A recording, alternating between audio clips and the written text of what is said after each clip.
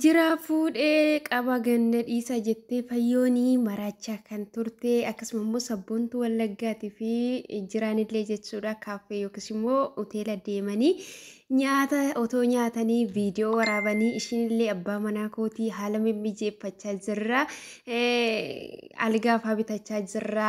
Algaa fa'aa akka taa'u akkasuma immoo manallee naaf kireessee jiraanii maatii koo birallee deemuudhaaf jirra jettee viidiyoo waraabdee viidiyoo ishii fayyoon argitee turte. Ashamaa harka fuunee hordoftoota koo nagaa lafa jirtanitti isiniif haa ta'u akkam jirtu nagaa keessanii nagaadha rabbiin galannaa ta'u jechaati. Hara kan dhuftanii Nooraa baga nagaan dhuftanii hanaa dhufu isiniin jedheera isiniin jedha. Mana kana immoo subscribe gochuu hin dagatinaa akkasuma immoo viidiyoo kana like share godhaa isiniin jedha. Samoona darbe kana jechuudha. Egaa fayyoo haala ishiin itti jirtu namoonni ishii hordoftanii hin beektu jechuudha. Fayyoo namni wallaalee hin jirtu jedheetu yaadu jechuudha. Sababni isaa fayyooni biyya harabaa kana turtee dubartii gara biyyaa galtee jireenya gaa'elaa dhaabattee miidiyaa kanarraallee kan hin dhabamne fakkeenya jabaa kan ishiin nuuf taatu jechuudha. Baay'ee jajjabaatti hojii ishiittillee. Ijoollee ishii guddisuutti illee mana ishii kallattii hundumaan illee nama fakkeenya gaarii nuuf ta'udha. Maaliif obboloonni hedduun biyya arabaa kana gaafa galan onlaayinii irratti hin mul'atanii cabanii achumarraan badu jechuudha.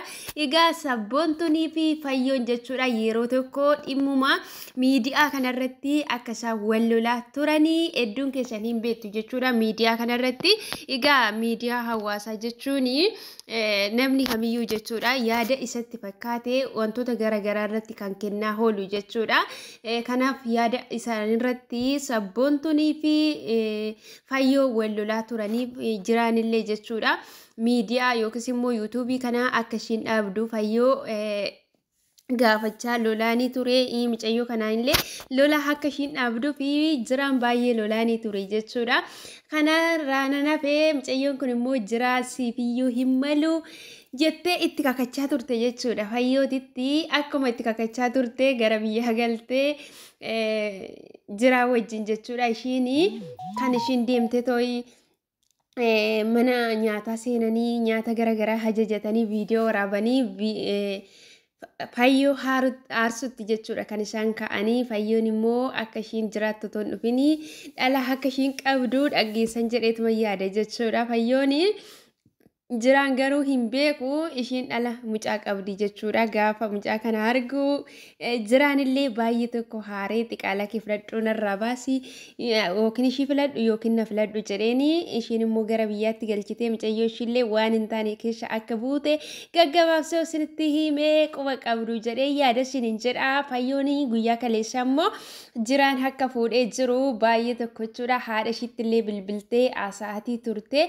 Amma garuu jiraan gara manaatti deebi'ee dubbii isaanii qoosaa fakkaata jechuudha. Dhugaa dubbachuudha fi yeroo duraa tokko viidiyoo Sumayyaa kan Aliyyuu tokko kan Saa'udii of ilaalaa turtan yoo ta'e jechuudha. Ana dubbii akkasii natti fakkaata jechuudha. Isaanillee hojii hojjechaa turanii.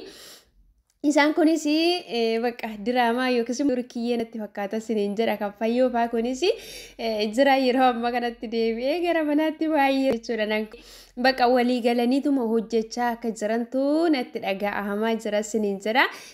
Ifuutee yennaan ati haadha manaa koo ganamaati haadha ijoollee koo lamaati yoo ta'e iyyuu ati kabajamtee mootittii taateeti kan ati jiraattu namni si kabajaa ati nugusa barii haadha manaa koo.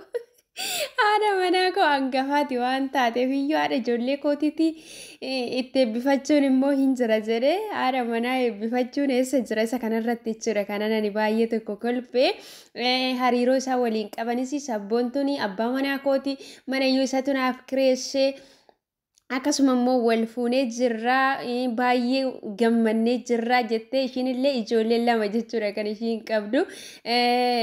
Jiraanis immoo ijoollee lama qabaa. Fayyoo sababa intala takkittiitiif jechuudha kan isaan wal lolanii. Ishii sun immoo ijoollee lamayyuu qabdi. Fayyoon immoo otoo ta'ee iyyuu namuma seeraa namuma sirrii haa fuudhan mucayyoo takkittii qabda jedhee na dhiisee miti akkamitti haadha ijoollee lamaa fuudhaa jettee kan ishiin haaratii turte jechuudha.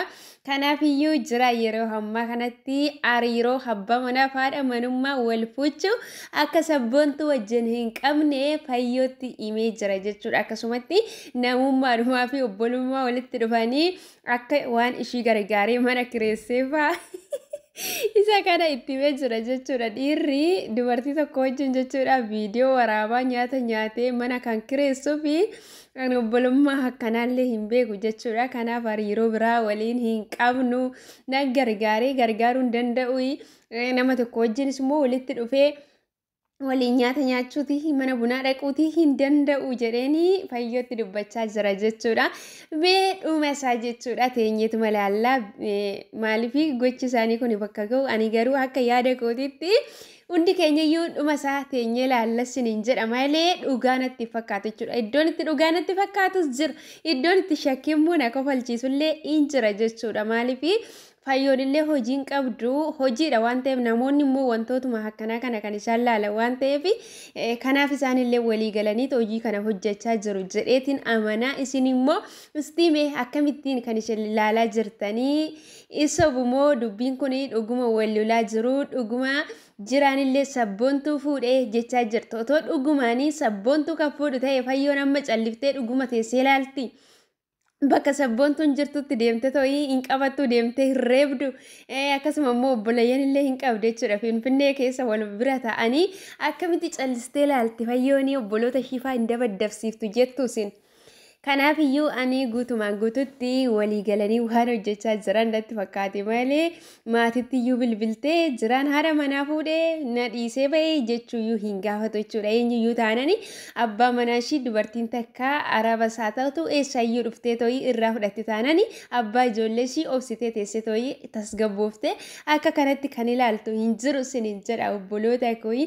Isinmee maal jettu otoo isin ta'ee yaanni fayyoofa wanti viidiyoo fayyoofa waraaban kuni dhugaadha moo dhugaa miti jettu koomentii jalatti yaada keessan barreessaa. Namoonni hedduun keessan hin boossu achi jalatti deemtanii anillee akkasumatti fakkaatee garuu dubbichi akka sana miti.